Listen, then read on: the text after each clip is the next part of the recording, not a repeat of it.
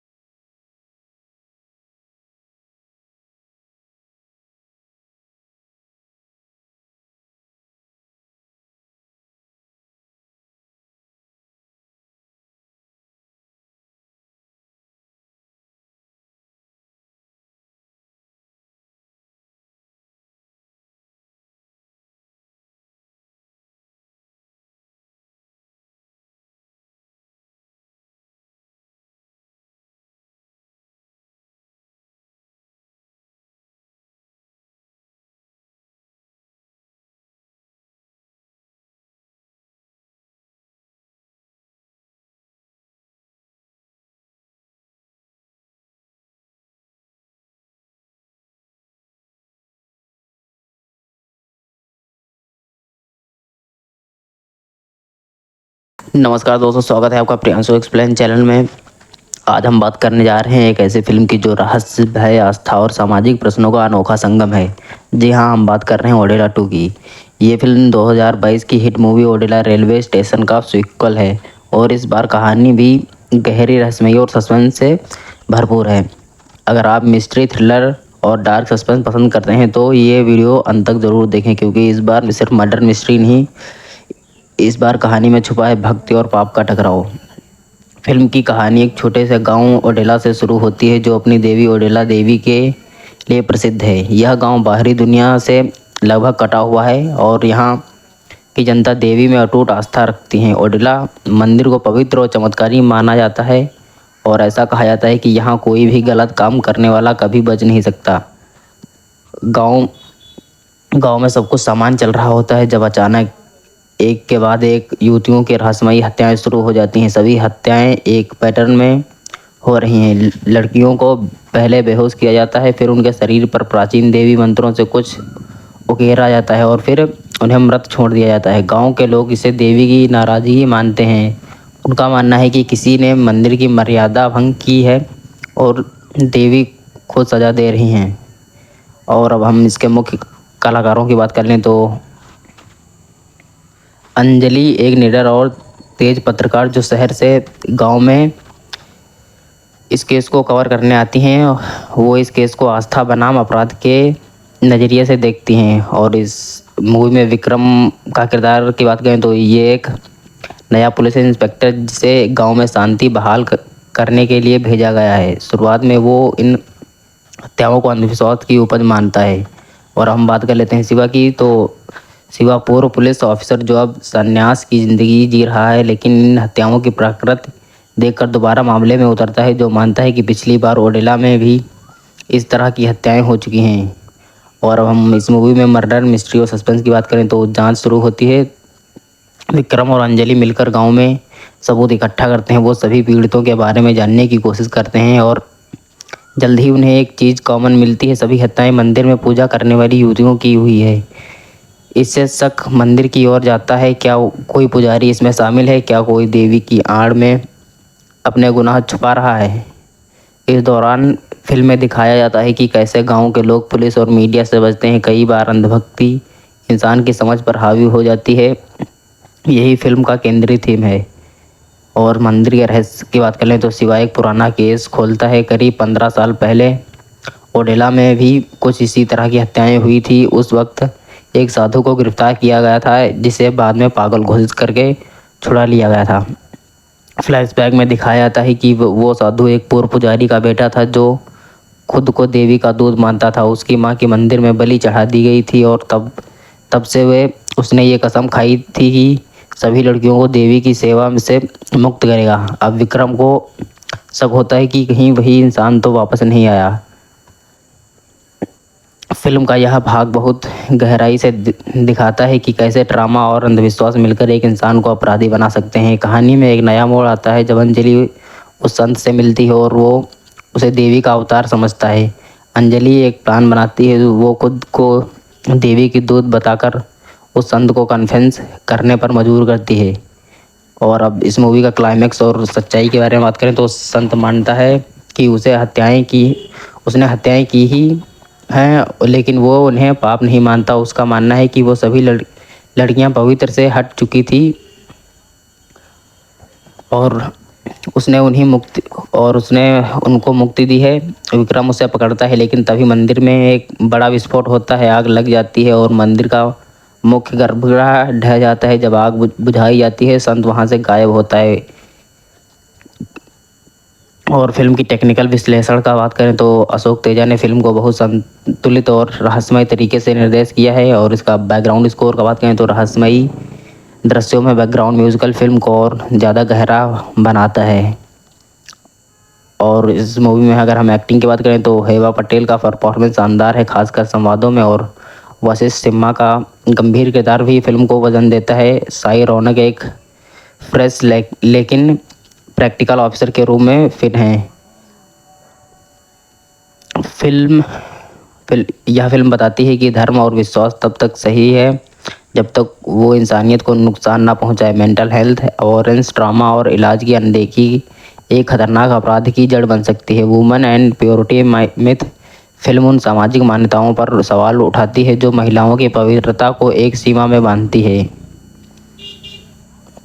और इस मूवी का निष्कर्ष की बात करें तो ओडेला 2 एक ऐसी फिल्म है जो केवल डराती नहीं बल्कि सोचने पर मजबूर करती है। यह फिल्म सामाजिक मुद्दों को थ्रिलर में अंदाज में दिखाती है, वो इसकी सबसे बड़ी ताकत है। अगर आप माइंड गेम्स, पुरानी मान्यताओं और रहस्यमय मर्डर मिस्ट्री में दिलचस्प रखते हैं तो ये फिल्म ज़रूर देखें।